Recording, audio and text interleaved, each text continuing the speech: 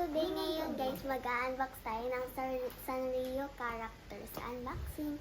Sana makuha natin si Karam. Ay!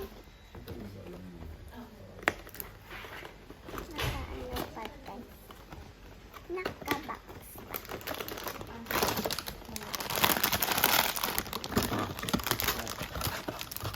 Ay, dito pala. May kailangan natin scissors. No, ma-open yan siya. Where's ano? Ito, open mo na. Okay. 3, 2, 1. Namatuhan natin. Oh my gosh! So guys, yan, nakuha natin si Karami.